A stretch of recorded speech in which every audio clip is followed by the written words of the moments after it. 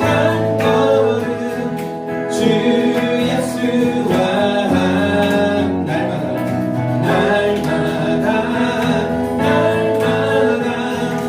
우리 걸어가.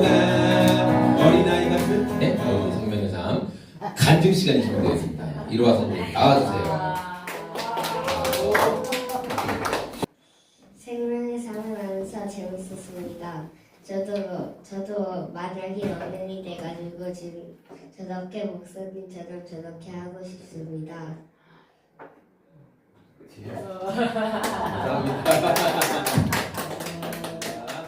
우리 오늘 요한복음 48번째 시간이고요. 우리 말씀 같이 제목 읽어봐. 시작. 떠나는 우리 머무는 제자. 떠나는 우리 머무는 제자라는 말씀으로 같이 하나님 말씀 나누겠습니다. 여러분 우리가 살면서 이런 이야기 엄청 많이 들어보셨죠? 성공하는 소수다, 1%의 성공한 사람들이다, 이런 이야기를 굉장히 많이 듣습니다. 그래서 제가 소수 성공하는 1% 이렇게 쳐보니까 책 제목도 엄청 많더라고요. 저 책도 그런 책 제목 중에 하나인 것 같습니다. 그러니까 소수가 성공한다, 소수가 어떤 특별한 자리에 들어간다, 이런 내용들이 굉장히 많은데, 왜냐하면 이 성공한 소수가 되면 삶의 질도 높아지고 내가 어느 정도 위치에 올라갔다라는 가치관도 인정받기 때문에 사람들이 적은 숫자에 들어간 것을 굉장히 자부심을 느끼는 것 같아요. 그래서 여러분 군대도 그냥 우리가 흔히 가는 군대 말고 이렇게 특별히 특공대, 그쵸? 조금씩만 뽑는 그런 데가 엄청 사람들이 갔다 오면 자부심이 막 크잖아요. 안 그래요? 그래요. 저희 아이들이 끝나고 집에 오면 숙제를 먼저 하거든요. 그다음에 이제 놀러 나가는데 저희 자녀 중에 한 명이 갑자기 과제가 좀 하기 싫었나 봐요. 그러더니 아빠, 그런데 서울대는 왜 가야 되는 거예요? 그래서 제가 너무 웃겨가지고 무슨 서울대를 그 취지는 서울대 거기 들어가기 되게 어렵지 않냐, 소수지 않냐, 이제 그런 걸 물어본 건데, 여러분 저는 단 한 번도 저희 자녀들에게 너희 중에 서울대 갈 사람이 있다는 말 단 한 번도 해본 적이 없습니다. 기대도 안 하고 말도 안 했습니다. 갑자기 누군가 서울대 가고 싶은지 그런 얘기가 지금 엄청 무섭거든요. 그냥 숙제나 해, 딴소리 좀 말고 숙제나 해, 그런 얘기 했었는데, 하여튼 우리는 어떤 그 소수에 들어갔던 것을 굉장히 자부심을 많이 느끼는 것 같아요. 자, 오늘 이제 말씀에도 다수가 있고 소수가 이제 등장하기 때문에 제가 이 말씀을 드린 건데, 여기 그림에 보니까 저기 이제 아래쪽에 있는 두 사람들이 막 이렇게 예수님께 고개를 저으면서 뭔가 떠나가는 것 같은 그런 이미지가 나타났죠. 오병이어 기적, 오병이어 사건 이후에 예수님의 피와 살을 먹어야 된다라는 말씀을 듣고 예수님을 따르는 사람들이 이제 6장에 등장해요. 근데 세 가지 부류가 등장하거든요. 그래서 예수님 곁에 있던 이 세 가지 부류가 어떤 사람들이었냐? 지금 보니까 사람들이 엄청 많죠. 저 그림의 두 가지 중에 한 곳에는 사람이 엄청 많습니다. 이 사람들은 22절부터 24절에 등장했던 무리예요. 무리.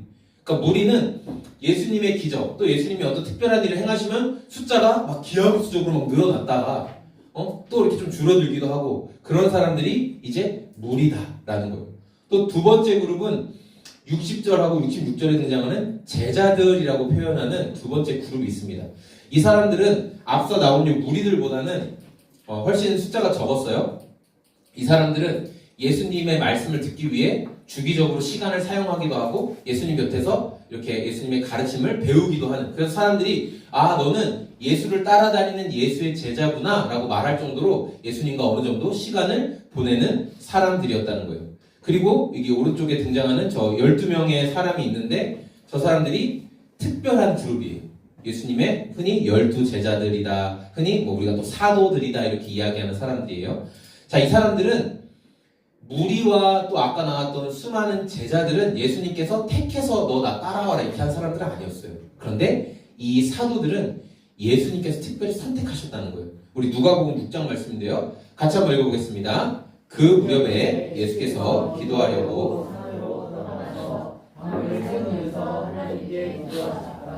날이 밝을 때에 예수께서 자기의 제자들을 부르시고 그 가운데서 12를 뽑으셨다. 그들을 사도라고 부르셨다.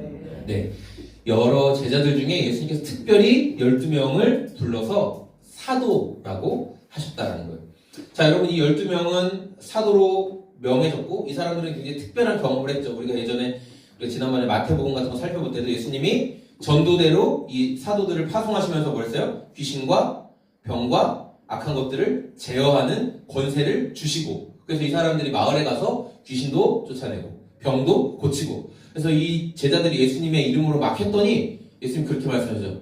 이렇게 마귀가 하늘에서 번개같이 떨어지는 것을 보았다. 이렇게 말씀하실 정도로 놀라운 기적을 보기도 했고 실제로 행하기도 했던 사람들이 이 사도들이다라는 거예요. 이 사람들은 예수님과 매일 같이 있었습니다. 3년 반이라는 시간 동안 먹고 자고 마시고 이렇게 하는 하루 종일 3년 반이라는 시간 동안 집중 훈련 코스를 받았던 사람들이 이 12명이다. 그래서 예수님의 주변에 무리들을 포함해서 무리, 제자들, 사도들까지 치고 엄청나게 많은 사람들이 있었지만 12명의 사도는 아주 극소수였다라는 것을 우리가 알 수 있어요. 자, 우리 66절 말씀인데요. 같이 한번 읽어보겠습니다. 이 때문에 제자 가운데서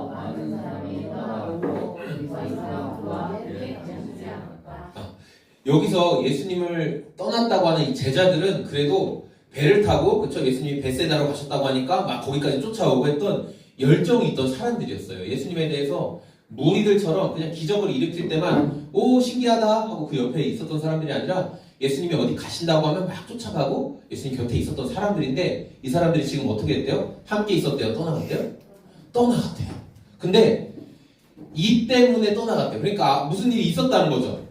자, 예수님을 떠나게 만들었던 어떤 일이 있는데 그게 뭘까요? 그게 65절 말씀입니다. 같이 한번 읽어보겠습니다. 예수께서 또 말씀하셨다. 그러므로 내가 너희에게 이르기를 아버지께서 허락하여 주신 사람이 아니고는 아무도 내게로 올 수 없다고 말한 것이다. 예수님이 예수님을 믿고 따를 수 있는 사람들이 어떤 사람들인가? 라고 하신 말씀이 있는데 그게 뭐냐면 하나님 아버지가 허락한 사람만 그렇게 올 수 있다는 거예요. 그러니까 여기서 여러분 아버지께 그러니까 나에게 나온다라고 한 말은 어떤 의미냐면 장소를 이동했다. 그러니까 A라는 장소에서 B라는 장소로 따라올 수 있다. 그런 의미가 아니라 예수님을 인격적으로 받아들일 수 있는 사람. 그 사람들에 대해서 이야기하는 거예요.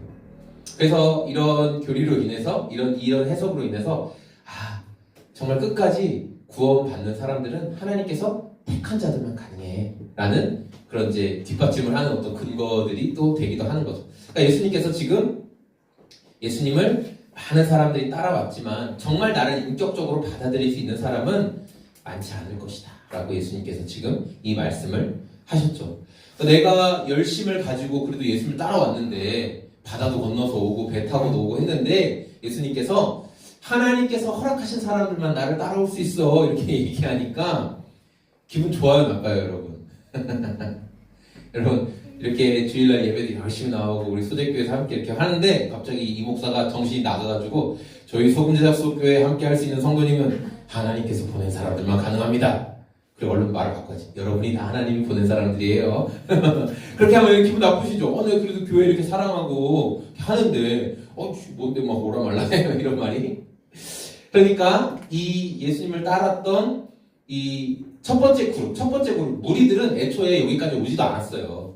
그런데 두 번째 그룹들 제자라고 부르는 그래도 그룹들은 예수님을 따라서 적극적으로 여기까지 왔는데 그래서 시간도 내어드리고 자기 삶도 포기하면서 왔는데 예수님께서 나의 살과 피를 먹어야 된다. 나를 정말 받아들일 수 있는 사람들은 하나님 아버지께서 보낸 사람들이다. 막 이렇게 얘기하니까 받아들이기가 되게 어려웠어요. 그리고 그들의 마음 가운데 예수님의 말씀을 온전하게 받아들이지 못하는 큰 장애물이 있었어요. 그게 뭐냐면 율법적인 장애물이다. 우리 지난주에 말씀 나눴잖아요.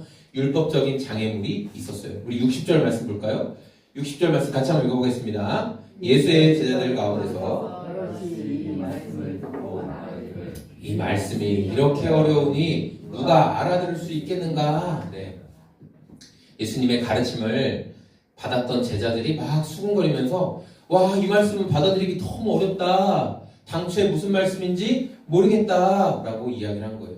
이들이 예수님께 시간도 드리고 예수님 곁에서 배우는 일에도 힘썼지만 그들 또한 끝까지 예수님 옆에 남아있지 못했습니다.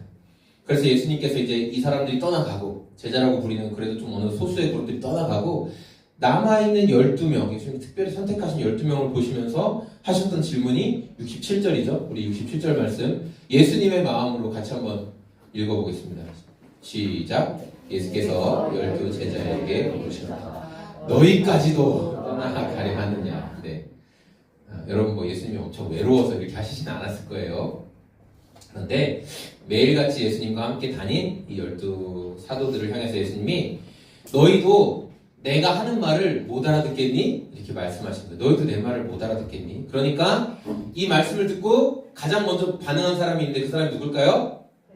베드로. 그래요. 맞아요. 피터. 베드로가 가장 먼저 반응하죠. 베드로가 뭐라고 했어요? 예수님, 영생의 말씀이 예수님께 있습니다. 우리가 누구에게 가겠습니까? 이렇게 이야기를 했다는 거예요.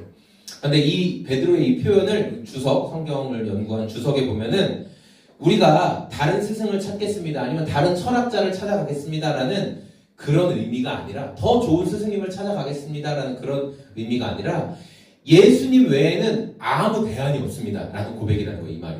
우리가 누구에게 가겠습니까? 라는 말은 더 좋은 선생님은 없습니다. 그런 의미가 아니라 구원은 예수님만 주실 수 있습니다라는 그 말이라는 거예요. 베드로가 했던 이 고백이. 예. 여러분 우리가 성경의 전반적인 내용을 우리가 또 신앙생활에서 알고 있기 때문에 베드로가 예수님이 십자가에 달리시기 직전에 예수님을 하오나 몇 번 부인하는지 혹시 알아요? 나 예수님 몰라요. 몇 번 한 줄 알아요? 3번. 오, 맞았어요. 예수님 3번 부인하죠. 그런데 예수님께서 베드로를 다시 찾아오셔서 몇 번 다시 물어보세요? 3번 다시 물어보셨어요. 맞아요. 너 나 사랑하니? 3번 물어보셨어요. 베드로가 예수님 3번이나 모른 척 했지만 부활하신 예수님께서 다시 베드로를 찾아오셔서 그를 회복시켜 주셨다라는 거예요. 그런데 어떤 제자는 예수님을 배신하고 회복하지 못했죠. 오늘 말씀에 나온 것처럼 가룟신 유다는 회복하지 못하고 그 인생을 마무리하게 되었다라는 것을 보게 돼요. 그런데 저는 베드로가 어떻게 회복할 수 있었을까라는 비결이 여기 있었다는 거예요. 이 말씀에. 베드로가 회복할 수 있었던 비결은 뭐냐면 영생을 주실 수 있는 분은 예수님밖에 없다라는 그 믿음 때문에 베드로가 회복할 수 있었다. 여기에도 길이 있고 저기에도 길이 있고 저것도 좋고 이것도 좋고 하면 회복할 수 없어요. 그러나 예수님만이 답이십니다. 예수님밖에 내 인생에 아무 도움이 될 수 없습니다라는 고백이 있는 사람은 반드시 예수님이 살려내신다라는 것을 오늘 말씀을 통해서 제가 묵상하게 됐어요. 여러분 예수님 주변에 많은 사람들이 있죠. 각자 기대하는 것도 다 달랐어요. 사람들한테 저희들한테도 당신은 예수님을 왜 따르십니까? 라고 하면 오늘 여기 성도님 모인 숫자들만큼 다 예수님 따른 이유가 다 있을 거예요. 저도 있고 여러분도 있어요. 그런데 시간이 지남에 따라서 우리가 예수님과 함께하는 사람들이 점점 적어지고 있다는 것을 말씀을 통해 보게 됩니다. 무리, 제자, 사도들 순으로 다 각자 자기가 원하는 것으로 예수님을 쫓다가 원하는 게 성취되지 않으니까 예수님을 떠나갔다는 거죠. 그래서 우리는 내 삶에 예수님이 어떤 존재이신가에 대한 바른 답을 가지고 있어야 돼요. 아, 예수님은 내 삶에 이런 존재셔라는 답을 우리가 가지고 있어야 돼요. 그래서 우리가 이 말씀을 통해서 예수님이 나에게 무엇을 해주실 수 있지? 라는 질문만 하는 게 아니라 예수님 내 삶에 어떤 존재이시지? 라는 답을 가지고 있기를 원한다는 거예요. 우리가 예수님이 내 삶에 어떤 존재인지를 알아보기 위해서 첫 번째 해야 되는, 우리 신앙에서 해야 되는 질문이 뭐냐면 나는 어떤 말씀을 붙들고 있는가에 대한 질문이에요. 우리 63절 말씀인데요. 같이 한번 읽어보겠습니다. 생명을 주는 것은 영이다. 육은 아무데도 소용이 없다. 내가 너희에게 한 이 말은 영이요 생명이다. 예수님의 말씀을 들은 제자들이 이 말씀은 어렵다 이렇게 얘기했어요. 근데 여러분 이게 그 말씀이 이해가 안 돼요. 제가 문해력, 요새 문해력 되게 중요하다고 하잖아요. 제가 그 문해력이 떨어져서 이해가 안 돼요라는 그런 말이 아니에요. 이 말은 무슨 말이냐면 예수님이 하신 말씀과 내가 따르고 싶은 가치가 충돌해서 안 따르고 싶다는 거예요. 예수님 말씀 어렵도다 이 말은 나 그 말 따르기 싫어 라는 게 원어적인 의미를 담고 있어요. 그러니까 이 사람들은 지금 노골적으로 예수님의 말씀을 거부하고 있는 거예요. 노골적으로. 진짜 살 길은 이 길밖에 없는데 여전히 나에게 익숙한 거, 여전히 내 귀에 듣기에 좋은 말만 듣고자 한다라는 것이죠. 그래서 예수님께서 하신 말씀, 여기서 살리는 것은 영이니 육은 무익하다라는 말씀의 뜻이 뭐냐면 육적인 것은 1점도 도움이 안 된다는 뜻이에요. 그러니까 육적인 것을 따르면 우리가 그러니까 0을 따르면 99점 도움이 되고 육적인 것을 따르면 1점은 도움이 되지 않을까? 우리가 이렇게 생각할 수 있는데 예수님은 6을 따르는 것은 너희 인생에 1도 도움이 안 된다는 게 이게 원어적인 의미를 담고 있어요. 조금도 도움이 안 된다. 네가 육적인 것을 따르는 것은. 그래서 여러분 우리가 귀에 듣기 좋은 육적인 말을 따르는 방식이 아니라 때로는 내 마음을 좀 찌르는 그리고 우리가 기도할 때 하는 것처럼 주님께서 회개하게 하시는 그 빛을 비춰주셔서 회개하시는 것들에 우리가 귀를 기울이며 따라갈 때 정말 내 삶이 예수님 안에서 변화되는 것을 우리가 경험하고 예수님이 나에게 어떤 존재이신지를 분명히 알게 된다는 것이죠. 또 두 번째로 예수님이 내 삶에 어떤 존재인지 알기 위해서는 우리가 예수님 곁에 끝까지 머물러야 된다는 거예요. 우리 66절 말씀 같이 읽어보겠습니다. 이 때문에 제자 가운데서 많은 사람이 떠나가고 더 이상 그와 함께 다니지 않는다. 예수님의 말씀을 듣고 사람들이 떠나가면서 아까 어떻게 떠나갔어요? 우리 로이 성도님 기억나요? 사람들이 어떻게 떠나갔어요? 예수님 말씀 들으면서 막 고개를 하고 저으면서 이건 말도 안 돼. 그렇죠? 예, 여러분도 부모님이 하는 말 듣기 싫으면 막 이러잖아요. 그렇죠? 예, 그러다가 한 대 맞죠. 등짝 한 대 맞잖아요. 그렇죠? 고개를 저으면서 이거 듣기 싫어하면서 떠나갔다는 거예요. 저 표현을 그 독일어 번역에 보면은 사람들이 줄 맞춰서 척척척척 한 방향으로 행진하다가 누군가 뒤로 탁 물러났다. 그런 의미를 담고 있더라고요. 여러분 신앙생활을 우리가 하는 분들을 보면서 저분의 인생이 참 마지막까지 하나님 앞에 아름답게 있다가 떠나갔다라는 것을 볼 때 그분이 대단하고 많은 업적을 이루어서 무엇을 이루어낸 것만 보면 때로 그 마지막 순간에 이렇게 정말 왜 저 마지막 인생의 말년을 저렇게 할까라는 근데 그분이 과거에 했던 행적들은 정말 엄청 위대하거든요. 대단해요. 그런데 그 은퇴하고 그 이후에 막 정말 좀 안 좋은 모습이 많이 보이다가 이렇게 떠나시는 분이 있고 또 어떤 분은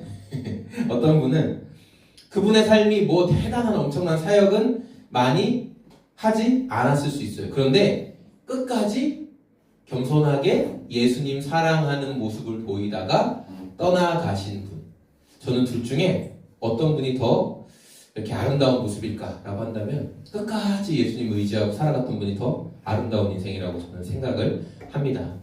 저희가 매달 가정교회 지역 모임을 하는데 목회자들과 만나서 나눔을 하다 보면 다양한 얘기를 많이 해요. 울고 웃는 얘기 그런 얘기를 많이 하는데 목사님들이 뭘 시도해서 어떤 성도들이 이렇게 많이 변화됐다 이런 것도 굉장히 은혜가 많이 되지만 가장 기억에 남는 건 뭐냐면 저희가 처음 지역 모임을 갔을 때 간증하시던 목사님이 있어요. 근데 이분이 되게 항상 할 때마다 되게 힘들고 어렵고 또 목회하면서 괴롭고 또 이전에 원래 본인이 잘하시던 방식이 있는데 그 방식이 아닌 지금 가정교회 이 스타일로 하다 보니까 내가 너무 힘들다. 오히려 지금 잘못 가고 있는 거 아닌가 이런 간증을 되게 많이 하셨어요.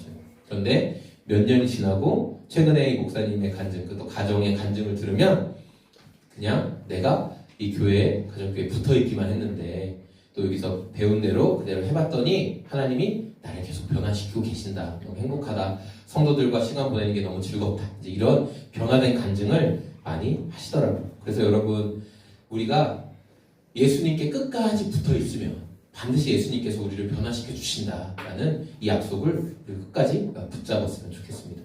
자, 예수님께 끝까지 붙어 있을 수 있는 비결을 베드로가 대답했죠. 68절과 69절에 나오는데 같이 한번 읽어보겠습니다. 시몬 베드로가 대답하였다. 주님, 우리가 누구에게로 가겠습니까? 말씀이 있습니다. 우리는 선생님이 하나님의 거룩한 분이심을 믿고 또 알았습니다. 자, 이 베드로의 고백이 아까 설명드렸던 것처럼 다른 스승이나 다른 철학자를 찾아가지 않겠다 그런 의미가 아니라 영원한 생명을 주실 수 있는 분은 예수님밖에 없습니다.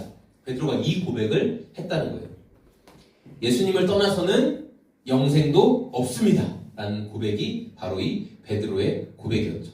근데 이 고백이 사도행전에 나오는 고백과 일맥상통한데 우리 이 말씀도 읽어보겠습니다.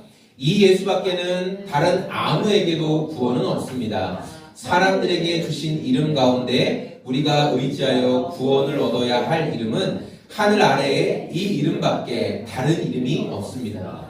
여러분 어느 때라도 이 말씀 꼭 기억하세요. 우리에게 누군가 나타나서 내가 이긴 자입니다. 내가 대언자입니다. 저를 믿어야지. 예수님은 실패했습니다. 그러나 저를 믿어야지 다시 예수님이 못 이룬 어떤 사역을 이룰 수 있습니다. 그래서 여기 하나님의 안땡땡 이런 사람이 있고 또 저기 신천지의 이땡땡 이런 사람 있잖아요. 그러니까 나를 믿어라. 근데 성경은 우리에게 분명히 말씀하고 있습니다. 천하 어떤 곳에서도 예수님 이외에 다른 이름으로 우리에게 구원 주시지 않는다. 예수님만이 우리를 구원해 주신다라고 분명하게 말씀하셨어요. 여러분 우리가 예수님을 따라가다가 뭔가 영 시원치 않고 또 내가 좀 다른 거 해보면 뭔가 좀 속 시원하고 답을 얻을 수 있지 않을까? 그런 마음이 찾아올 때도 있을지 모르겠습니다. 그러나 성경은 오늘 우리에게 분명히 말씀하시는데 예수님 외에는 답이 없다 라고 분명하게 말씀하십니다. 여러분 이제 오늘 말씀 정리하겠습니다. 예수님의 기적을 보고 많은 사람들이 따랐지만 결국 남은 사람들은 다수였을까요? 소수였을까요? 소수만 남았습니다. 예수님이 나에게 무엇을 해줄 수 있을까에 초점을 맞춘 사람들은 자기가 원하는 게 이루어지지 않으니까 예수님을 다 떠나갔습니다. 그래서 예수님은 하나님 아버지께서 허락해 주신 사람만 나에게 올 수 있다 이렇게 말씀하신 거예요. 여기 많은 사람들이 나를 따르고 있지만 나를 정말 인격적으로 받아들일 수 있는 사람은 많지 않을 것이다. 하나님께서 허락한 사람만 가능하다 이렇게 말씀하신 거예요. 그래서 여러분 우리가 예수님은 나에게 어떤 분이신가를 자꾸만 질문해 보셔야 돼요. 그래서 그 질문 가운데 예수님과 바른 관계를 맺어가는 저와 우리 성도님들이 되어야겠습니다. 제가 요즘 그 남숲교회 정재훈 목사님이랑 좀 자주 만나게 됐어요. 또 이번에 저 에어컨 저거 설치할 때도 또 정 목사님도 이렇게 연결 통해가지고 어떻게 또 하여튼 그러니까 일주일에 한 번 정도 원래 만났는데 이번 주는 좀 한 3번 만났나? 많이 만났어요. 자, 목사님과 이제 시간을 보내면서 이제 작년에 있었던 일인데 작년에 이렇게 한국 선교에 대한 마음을 품은 미국인 목사님이 계세요. 그래서 한국인들을 선교해야 된다는 그런 마음을 품으셨고, 근데 이제 우리는 한국도 되게 많이 발전한, 그분 이제 완전 연세가 엄청 한 거의 80 가까이 되신 분이신 것 같아요. 그러니까 거동도 조금 힘드실 정도로 연세 많으신 분인데, 그런데 정 목사님 지방에서 이 목사님을 좀 한국에 이번에 오셨다고 하니까 좀 초대해서 집회를 해라 그렇게 했대요. 근데 정 목사님 정말 하기가 좀 어려웠는데 지방에 또 선배 목사님들이 그렇게 하라고 하니까 알겠습니다 하고 그 목사님을 모신 거예요. 근데 정말 그냥 미국인이에요. 한국말 못해요. 근데 설교하면 정 목사님이 옆에서 정말 막 스트레스 엄청 받아가면서 막 통역하고 그렇게 다 했대요. 근데 이 목사님이 이 미국 목사님이 어떻게 하셨냐면 마을마다 돌아다니면서 할머니들 만나서 복음 전하겠다 그렇게 한 거니까 정 목사님 너무 어려운데 또 이분은 원래 그게 자기 사명이라고 하시니까 그래서 마을마다 찾아간 거예요. 근데 정 목사님이 원래 본인이 가서 전도할 때는 할머니들이 됐어 이렇게 하시던 분들인데 신기하게 이 미국인 목사님이랑 또 이제 이때 통역은 정 목사님 처제분이 옆에서 도와줬거든요. 처제분이 이제 미국인 목사님이 영어로 하면 처제분이 사형이 그냥 한국말로 해주고 이런 식으로 했는데 신기하게 그때 할머니들이 예수님을 한 5-6명이 영접했다는 거예요. 그래서 이거 진짜 신기하다. 그 낯선 외국인이 와서 영접했나 보다. 그렇게 이제 생각한 거예요. 그리고 이제 정 목사님 기사가 국민일보에 이제 나왔잖아요. 국민일보가 이제 전국에 다 배송되잖아요. 그러다 보니까 요새 아주 난리 났어요. 막 CBS 막 이런데 기독교 방송국에서 이제 촬영 좀 하자, 인터뷰하자 해서 되게 연락이 많이 와요. 그래서 벌써 인터뷰도 몇 개 하셨고 유튜브에 이제 올라가 있고 그런 것도 있거든요. 그래서 이제 요거도 이제 이런 거 이 기사 보고 막 연락이 많이 와요. 그리고 신기하게 성도님들도 막 한 번에 막 10명씩 막 갑자기 등록하고 그래가지고 지금 한 40명 좀 넘게 되는 것 같아요. 자, 그래서 이제 동네 행사, 원래 이제 아버님도 이장님이시니까, 그래서 이제 동네 분들 원래 잘 섬겼어요. 그리고 그 동네 어르신들 섬기는 게 목회의 소망이었으니까 그렇게 잘 하고 계셔서 많은 어르신들이 찾아오세요. 식사도 하고 가시고, 지난 성탄절 때는 떡국 같은 거 끓이셔가지고 동네 분들 다 초대해서 저희 여기도 먹고 왔죠? 기억나요? 떡국 먹었던 거 기억나요? 예. 저희 가서 떡국 한 그릇 먹고 오고 했는데 자, 근데 중요한 거는 그때 그렇게 많은 성도들이 그러니까 많은 분들이 와서 식사도 하고 가고 하는데 그냥 그분들은 한 번 와서 밥 먹고 가거나 그 행사일 때 자리 한 번 지켜주고 그냥 간다는 거예요. 그런데 이 미국인 목사님이 와가지고 예수님 영접했던 할머니들은 지금도 계속 나오시네요. 1년 넘게 지금 교회 가족이 된 거예요. 그러니까 우리가 예수님 영접 기도하는 게 그거 뭐 아무것도 아닌 것 같다고 생각하잖아요. 그냥 뭐 따라 하라니까 따라 하는 것 같고. 그런데 영적인 세계에서 분명히 무슨 일이 일어나긴 일어나는구나라는 걸 제가 지금 체험적으로 알겠다고 저에게 간증을 해 주시더라고요. 아, 예수님이 어떤 것을 행하신다고 하면 정말 행하시는구나. 예수님이 나의 구원자라고 정말 믿고 그 인생을 드리는 사람은 예수님이 책임져 주시는구나.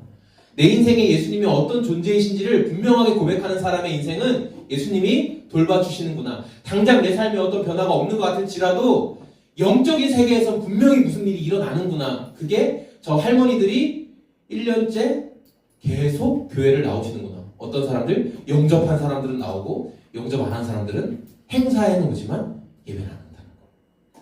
그래서 여러분 우리가 예수님을 따라가고 살아가면서 분명히 우리 안에 예수님의 말씀이 뭔가 걸림돌이 되는 것도 있을 것이고 이대로 순종하고 싶지 않다. 이대로 받아들이고 싶지 않다. 제자들의 표현에 의하면 이 말씀은 어렵도다. 이렇게 이야기하고 싶은 게 있을 수도 있어요. 그러나 여러분 내 가치관, 나에게 듣기에 내 귀에 좋은 말만이 아니라 예수님은 내 인생에 이런 분이시고 그분만이 유일한 생명을 주실 수 있는 분이다라는 확신을 가지고 우리가 그분을 따라 살아가면 분명히 우리 삶에 예수님이 일하시는 어떤 놀라운 일들을 경험하게 될 거라는 거. 우리 소금제작소교회 성도님들이 그 예수님과 영원한 관계를 더 맺어갈 수 있는 한 주가 다 되시기를 소망합니다. 아멘. 오직 예수뿐이네. 우리 시간에 함께 기도하실 때 여러분 많은 무리들과 또 그러나 좀 선별되었지만 제자라고 하는 사람들은 예수님의 자기 귀에 거리끼는 말을 듣고 싶지 않아서 이 말씀은 어렵도다 하며 예수님을 떠나갔습니다. 그러나 베드로는 주님, 생명의 말씀이 예수님께 있는데 우리가 어디로 가겠습니까? 라고 고백하며 우리는 주님을 따르겠습니다 라는 고백을 드렸습니다. 그 고백은 예수님만이 유일한 생명의 길이십니다. 예수님 말고는 나에게 영원한 생명을 줄 수 있는 존재는 아무것도 없습니다라는 고백입니다. 우리 이 시간에 기도하실 때 예수님, 저도 베드로의 고백과 같이 예수님만 저의 생명이시며 예수님만 저의 소망이십니다. 예수님 이외에 제가 다른 곳에서 만족과 기쁨과 즐거움을 찾지 않게 도와주시고 오직 예수님만 어떤 상황에서 더 의지할 수 있는 제가 되게 하여 주시옵소서. 우리 주님 이름 한번 외치고 같이 기도하시겠습니다. 주여, 예수님 그렇습니다. 예수님, 우리가 예수님을 떠나서 어디로 가겠습니까? 떠나는 무리가 있고 떠나는 제자들이 있었지만 예수님 곁에 남을 수 있는 사도들은 예수님을 향한 이 고백을 드린 사람들이었습니다. 하나님 그렇습니다. 예수님밖에 없습니다. 이번 한 주를 살아가면서도 우리 인생에 예수님밖에 없습니다 라는 고백이 다시금 나오게 하여 주시옵소서. 변하지 않는 사람을 바라볼 때, 변하지 않는 환경을 바라볼 때, 변하지 않는 문제를 바라보면서 왜 저렇게 안 변할까? 왜 저렇게 답이 안 보일까? 왜 나는 이 상황을 뛰어넘을 수 없는가? 왜 난 여기서 절망해야 하는가? 라는 그 아픔에 주저앉아 있는 그 문제를 묵상하는 인생이 아니라 예수님만 답이십니다. 예수님께 생명이 있습니다. 제가 이것을 붙들겠습니다. 주님, 주변에서 누가 안 도와준다 하더라도 포기하고 오늘 우리의 삶이 다시 뭔가 이전으로 돌아가는 것 같고 저의 목회가 또 제가 사랑하는 사람들이 여전히 변하지 않는 것 같은 상황 가운데 나의 모습을 내가 바라볼 때도 변하지 않는 것 같은 상황 가운데 좌절될 때가 있겠지만 주님, 저는 그 문제와 좌절하는 것을 묵상하지 않고 예수님을 바라보겠습니다. 예수님은 생명이십니다. 예수님의 생명의 능력이 분명히 저의 삶에 나타날 것입니다. 영적인 세계에서 벌써 변화가 일어나고 있습니다. 저는 그것을 신뢰하며 주님 따라 가겠습니다. 주님, 그렇게 고백하는 저와 우리 사랑하는 모든 소금제작소의 성도들이 다 되게 하여 주시옵소서. 이제는 우리를 사랑하시는 하나님 아버지의 그 놀라운 사랑과 그 사랑에 순종하셔서 이 땅에 오셔서 십자가를 짊어지시고 죽으시고 부활하시고 우리의 모든 죄 문제를 감당하신 예수님의 순종하시고 예수님의 놀라운 순종을 우리 평생의 삶의 증인으로 깨닫게 하시는 성령 하나님의 성도 안에 함께 하시며 오늘 이곳에서 예수님 끝까지 사랑하며 따르길 원하는 주님이 사랑하시는 그 소수로 인생을 살아가길 원하는 사랑하는 소금제작소교회 모든 성도들 위해, 그리고 주님이 좋으신 분이고 따라야 할 분인 것은 알지만 여전히 인생 가운데 방황하며 예수님께 자신의 삶을 오롯이 드리지 못하고 있는 영혼들 위해 주님께서 돌보시고 변화시켜 주실 은혜가 지금부터 영원토록 함께 계실지어다.